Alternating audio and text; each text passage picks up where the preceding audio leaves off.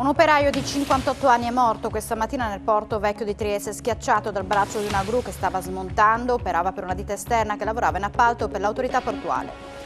Scritte Novax anche alla di Toppo Wasserman Pascoli di Udine. La dirigente ci amareggia questo modo di esprimere il dissenso. L'assessore alla sicurezza chiede la mano pesante per gli autori. Al momento non rischiamo la zona arancione, lo ha detto il presidente Fedriga, sottolineando che la curva dei contagi non è più in crescita, i dati in regione sono in lieve discesa, ha aggiunto, vedo una stabilizzazione. Ama i bambini ma non sopporta gli spacciatori, presentato da Azzano Decimo Nico, uno dei primi cani in regione in forza alla polizia locale, specializzato nell'individuare sostanze stupefacenti. Voglio che la squadra pesi solo al Cagliari, mister Cioffi chiede ai suoi di non fare calcoli sulla doppia sfida salvezza, ancora 3-5-2 contro quella che definisce una squadra pericolosa costruita per altri obiettivi.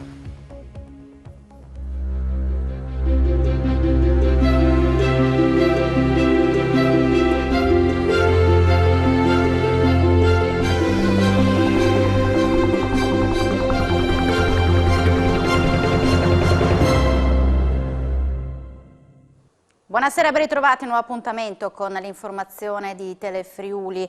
Un operaio veneto di 58 anni, Daniele Zacchetti, è morto questa mattina nel porto vecchio di Trieste, schiacciato dal braccio di una gru che stava smontando. Operava per una ditta esterna che lavorava in appalto per l'autorità portuale. È morto schiacciato dal braccio della gru che stava smontando. Daniele Zacchetti, 58 anni, di Campolongo Maggiore in provincia di Venezia, è deceduto sul colpo mentre stava smantellando un cantiere oramai concluso alla radice del Molo Terzo per conto della ditta di costruzioni Pasquale Zemiro di Mira. Stava smontando o portandosi via dei pezzi di gru che era qui nel porto vecchio di Trieste. Non è legato alle operatività del porto, non stavano facendo attività portuali, ma stavano facendo attività, come posso dire, quasi metalmeccaniche all'interno però del porto di Trieste. L'ennesima tragedia sul lavoro. Negli ultimi anni succede spesso che all'interno dei porti siano proprio questi lavoratori delle ditte esterne, quindi forse meno controllati al contrario dei dipendenti portuali. Questi lavoratori che fanno manutenzione o vadano a smontare gru o mettere a posto qualcosa che ci perdono la vita. Sul posto sono intervenute tutte le sigle sindacali, oltre a CGIL, CISL, UIL, anche USB e CLPT, e fino alla mezzanotte di oggi tutte le attività dello scalo sono sospese per solidarietà verso la vittima. Sasha Colautti della USB sottolinea come è ora di applicare il protocollo sulla sicurezza conosciuto come ordinanza Bassin, sottoscritto in prefettura con l'autorità portuale, che impone una serie di elementi per proteggere gli operatori che lavorano nello scalo. Il Presidente della Regione, Massimiliano Fedriga, e tutta la politica regionale hanno espresso solidarietà alla famiglia vittima del drammatico incidente in porto. Ci stringiamo attorno alla famiglia del lavoratore rimasto vittima dell'incidente in porto. Con queste parole il Presidente della Regione Massimiliano Fedriga ha espresso cordoglio alla famiglia dell'operaio veneto morto questa mattina nello scalo di Trieste. Il tema della sicurezza sul lavoro, ha aggiunto Fedriga, deve continuare a rappresentare un punto di convergenza per tutte le istituzioni, la cui azione è chiamata a rafforzarsi per contrastare in modo sempre più deciso il fenomeno delle morti bianche. Deborah Serracchiani, capogruppo alla Camera del Partito Democratico, ha sottolineato che bisogna fermare questa sequela terribile di morti e infortuni sul lavoro che sono sempre più un'emergenza del nostro tempo. Non può esserci ripresa se il prezzo si paga in vite umane. Chiediamo, aggiunge la parlamentare, che abbiano al più presto effetto le nuove norme sulla sicurezza sul lavoro inserite nel decreto fiscale appena approvato, che amplia i poteri dell'ispettorato e ne aumenta l'organico, prevedendo controlli e sanzioni più stringenti. L'Aula del Consiglio regionale ha aperto i lavori pomeridiani con un minuto di silenzio su proposta del capogruppo del PD Diego Moretti, il quale ha detto che tragedie come quella delle morti bianche non possono e non devono assuefarci, ma farci riflettere sul necessario e continuo rafforzamento della sicurezza. Il Presidente del Consiglio, Piero Mauro Zanin, ha aggiunto che rivolgiamo un doveroso riconoscimento a tutti coloro che hanno perso la vita sul lavoro, un abbraccio che va esteso alle famiglie colpite da questi gravissimi lutti, non solo nella nostra regione, ma nell'intero Paese. Ed ora andiamo a Udine, dove sono comparse su un plesso scolastico nuove scritte Novax. Stamattina è toccato alla di Toppo Wasserman Pascoli, ci lascia amareggiati, commenta la dirigente, questa modalità di espressione del dissenso. Su questo rifletteremo con i bambini. Dopo la Ellero, i Novax hanno preso di mira un altro plesso scolastico di Udine. Amara sorpresa questa mattina per il personale, i genitori e i bambini delle primarie di Topo Wasserman e Pascoli, sul muro di cinta tra le vie Ampezzo, Tolmezzo e Pordenone, ma anche sulla strada, sono comparse scritte realizzate con lo spray rosso, simili a quelle già viste alla Ellero. No Nazi Pass, salva tuo figlio, governo nazista. Anche la sigla che accompagna i proclami Novax, una W cerchiata, è la stessa del precedente episodio.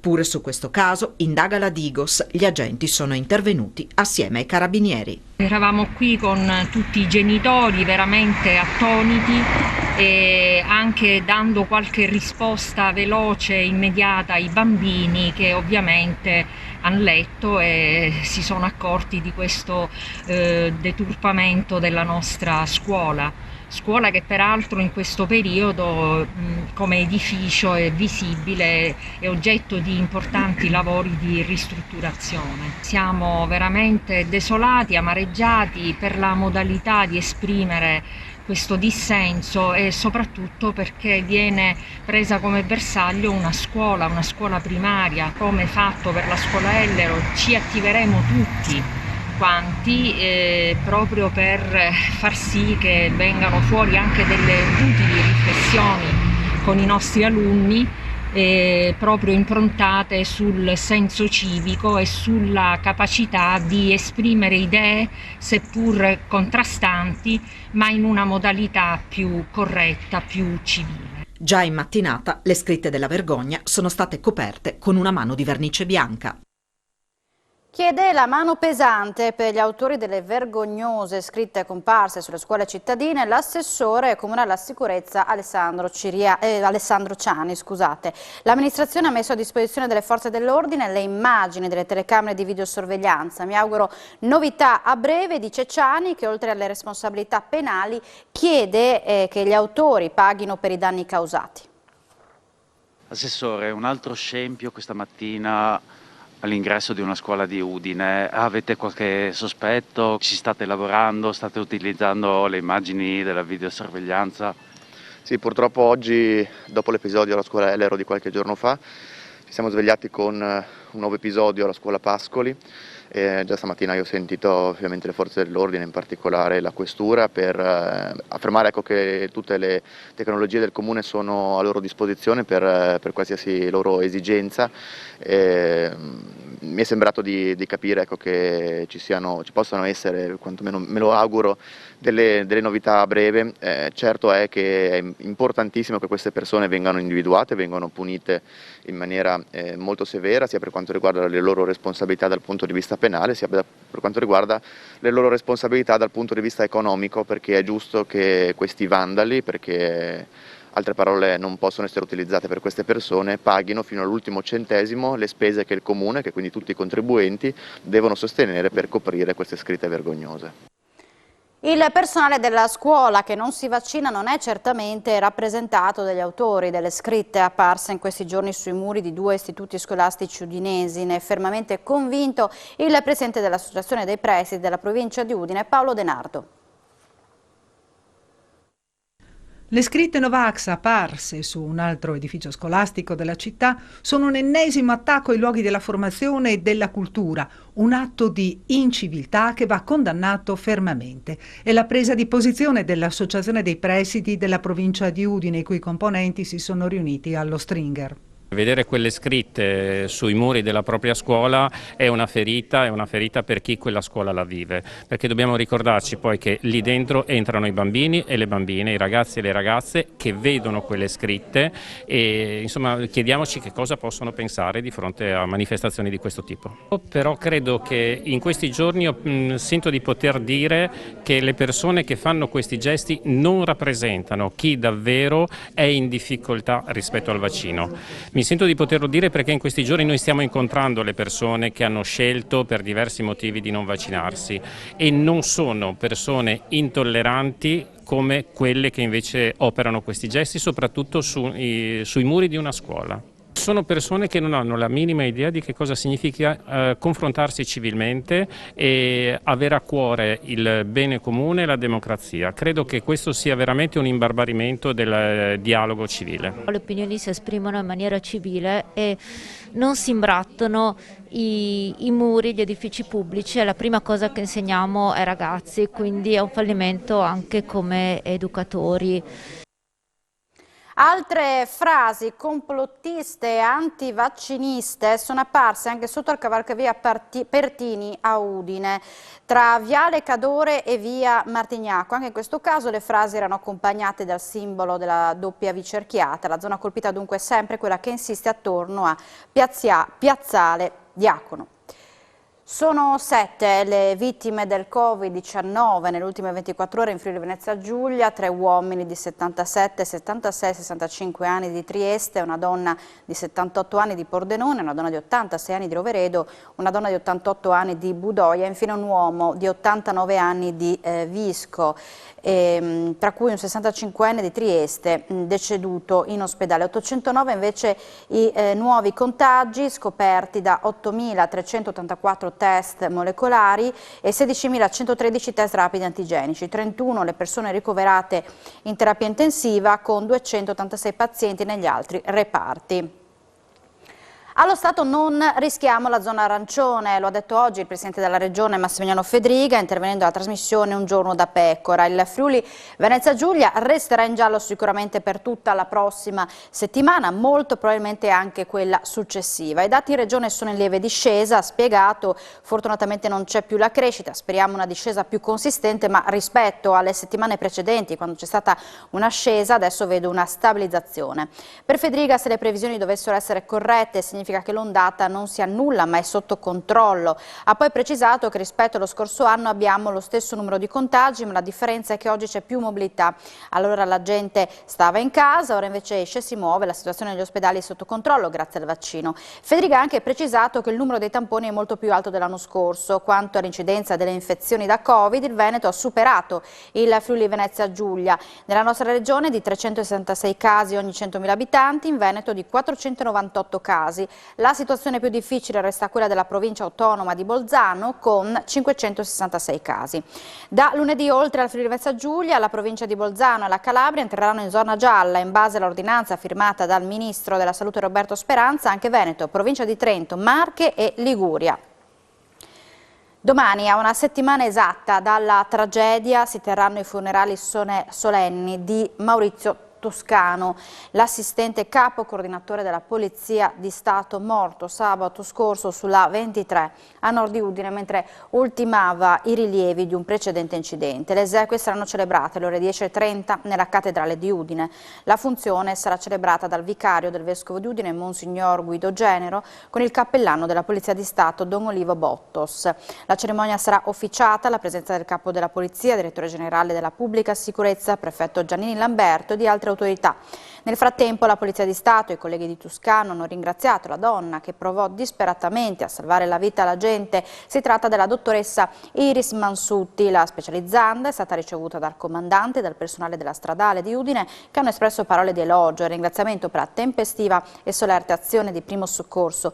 I ringraziamenti alla soccorritrice sono giunti telefonicamente anche dal direttore della Polizia Stradale Nazionale Paolo Maria Pomponio.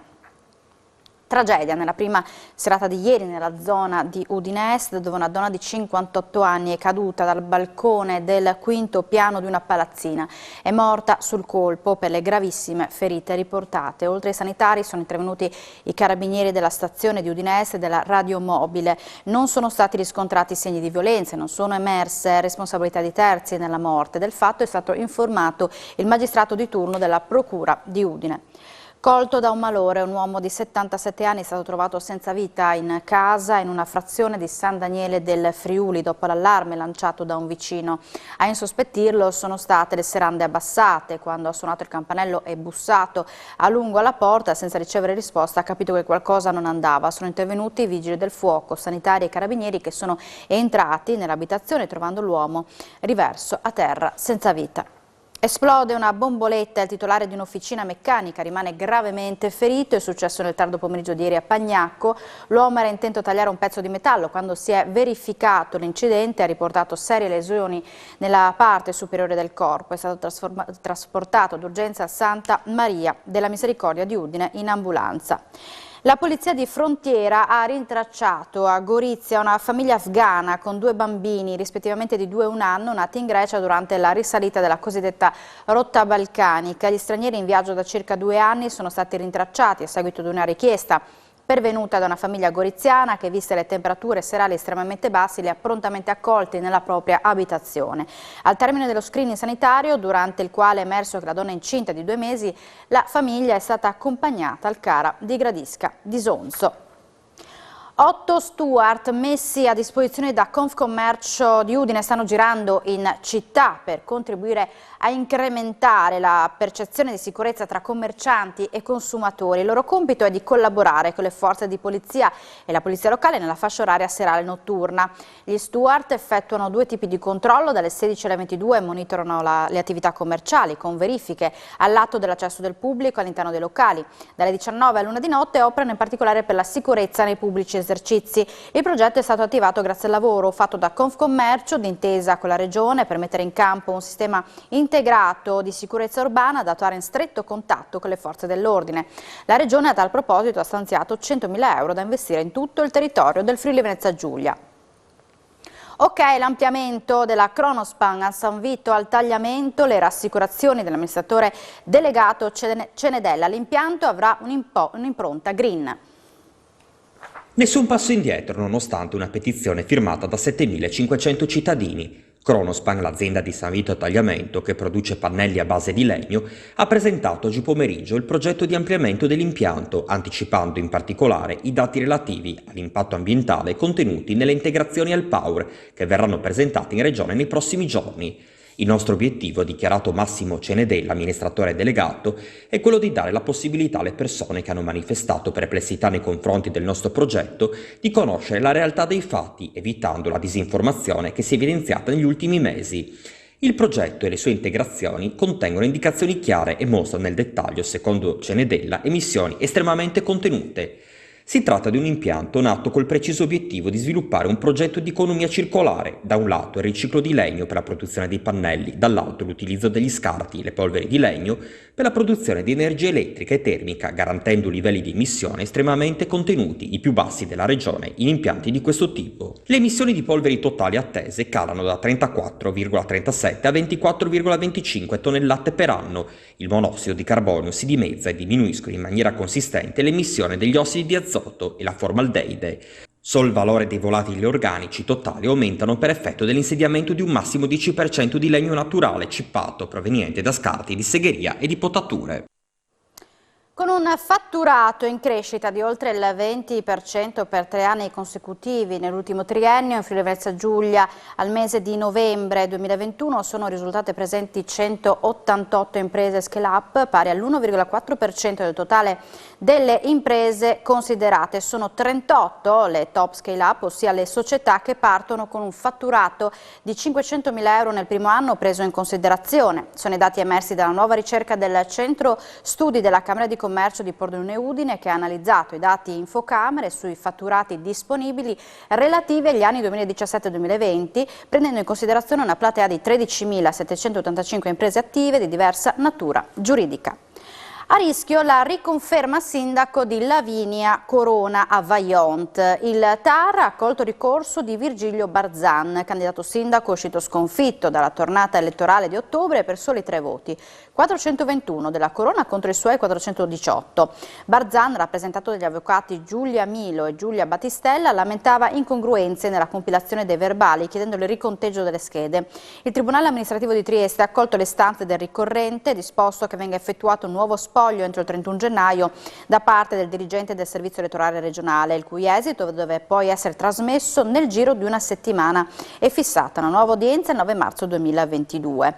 L'amministrazione comunale, ora in carica, rappresentata dall'avvocato Maurizio Paniz, si dice fiduciosa dell'operato dell'ufficio elettorale del comune e crede che il riconteggio possa fugare ogni dubbio sulla legittimità della rielezione di Corona. Dalla Regione arrivano 9 milioni di euro per realizzare la nuova casa di riposo a Villanova di Pordenone, dotata di 120 posti. Potrà essere messa a disposizione anche per gli anziani che risiedono fuori città. Soddisfatto il sindaco Ciriani. Arrivano i soldi per realizzare la nuova casa di riposo a Villanova di Pordenone. La Regione ha stanziato 9 milioni di euro per costruire la struttura di accoglienza per anziani. Sono previsti 120 posti nei prossimi 3 anni e gli ospiti potranno beneficiare di una residenza moderna, confortevole e attenta alle loro esigenze. Era una notizia attesa, ma non avevo dubbi perché c'era una promessa già fatta ad aprile dal Presidente Federica di finanziarla con l'attuale manovra finanziaria della Regione. Ci siamo incontrati diverse volte, abbiamo presentato tutta la documentazione anche attraverso il nostro ufficio di ragioneria, quindi risulta singolare che qualcuno dall'opposizione voglia intestarsi una vittoria. Significa realizzare una struttura moderna, con dei criteri di ospitalità e di comfort elevatissimi, in linea con quelle che sono le esigenze di persone che lì ci vanno a vivere, sarà la loro casa, e quindi è inammissibile che possano essere ospitati in strutture degli anni 60 che hanno enormi problemi, che devono essere via via dismesse. Accanto alla casa di riposo prosegue anche la progettazione di altri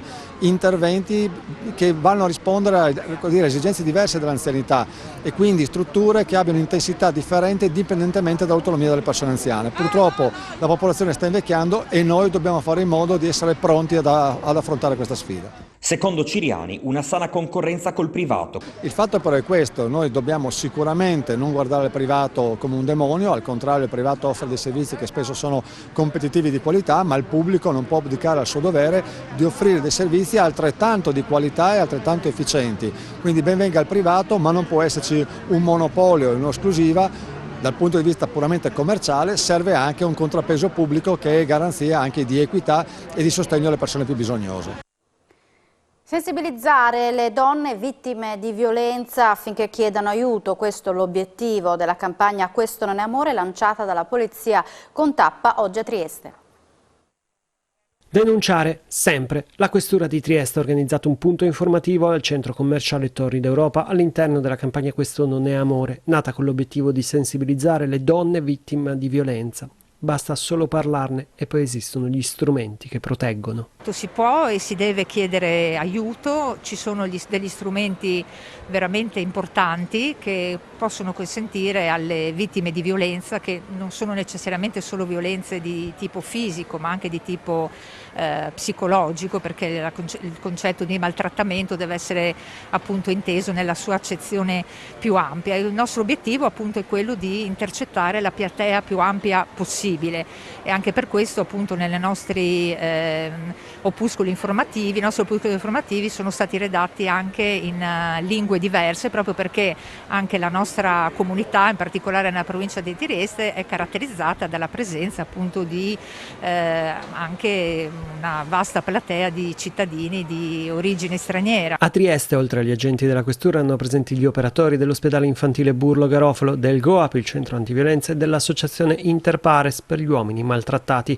tutte sentinelle sul territorio che possono aiutare le donne, ma anche gli uomini, vittime di violenza ad uscire da una spirale nella quale sono caduti non per colpa.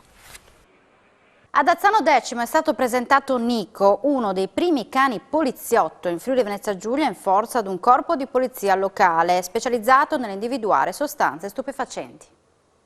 Si chiama Nico, ha 2 anni ed è un pastore del Lago Rai. Il suo compito all'interno del comando della polizia locale di Azzano Decimo è specifico e allo stesso tempo complicato: scovare eventuali sostanze stupefacenti presenti sul territorio comunale, cocaina, eroina, ma anche hashish e marijuana. È stato addestrato per questo dal suo conduttore, l'ispettore capo Christian Fabris. Ha svolto attività soprattutto di prevenzione, come volontà dell'amministrazione comunale, sui parchi pubblici, quei luoghi frequentati da minorenni. Ha fatto anche attività repressiva insieme ad altre forze di polizia dello Stato, ha portato dei buoni risultati. Un cane poliziotto sì, ma con il carattere dolce. È un collega compagno, certo, fidatissimo e si comporta molto bene con i bambini. Sono almeno 200 gli iscritti e simpatizzanti della CISL del Friuli Venezia Giulia che domani parteciperanno a Roma alla manifestazione nazionale indetta dal sindacato. Lo scopo della manifestazione di domani non è lo sciopero, ma il rafforzamento del dialogo e della concertazione con il governo. Per il segretario regionale Alberto Monticco, lo scopo della manifestazione di domani è di migliorare i contenuti della manovra, visto che la trattativa sta portando risultati oggettivi in materia fiscale, con l'abbassamento significativo delle tasse a carico dei lavoratori fino a 35.000 euro di reddito e le maggiori risorse postate sia sugli ammortizzatori sociali che sulle politiche attive del lavoro. Monsignor Nobile ha benedetto questa mattina la nuova auto funebre del comune di Udine. Nel nome del Padre, del Figlio e dello Spirito Santo. Amen. Battezzata l'auto funebre del comune di Udine. In piazza Duomo, Monsignor Luciano Nobile ha impartito la benedizione al nuovo mezzo delle onoranze funebri. Alla cerimonia ha preso parte, in rappresentanza dell'amministrazione comunale, l'assessore Alessandro Ciani. Si tratta di una Mercedes classe E ibrida alimentata da un motore termico, è super ecologica e iperaccessoriata. Il mezzo è stato trasformato e fornito dalla ditta Zanardo di Moreno di Piave nel Trevigiano. Il peso ridotto e le tecnologie utilizzate riducono i consumi di carburante, calmierate anche le tariffe, 355 euro. Mi piace per quanto riguarda non soltanto la bellezza esterna naturalmente, ma vorrei dire in modo particolare, avendo fatto la benedizione, ho cercato di raccomandare anche a coloro che sono operatori di questo servizio possono essere sempre delicati, sempre accoglienti, sempre ricchi di tanta pazienza con i parenti di coloro che vivono un momento difficile per la morte, ecco, di una persona cara. Tra poco sport FVG, primo piano, la sfida dell'Udinese contro il Cagliari. A parlare Mister Cioffi: voglio che la squadra pensi solo al Cagliari, e chiede appunto ai suoi di non fare calcoli sulla doppia sfida salvezza. Ancora 3-5-2 contro quella che definisce una squadra pericolosa, costruita per altri obiettivi. Tra poco tutte le notizie sportive a Sport FVG. Grazie per l'attenzione e buona serata con Telefriuli.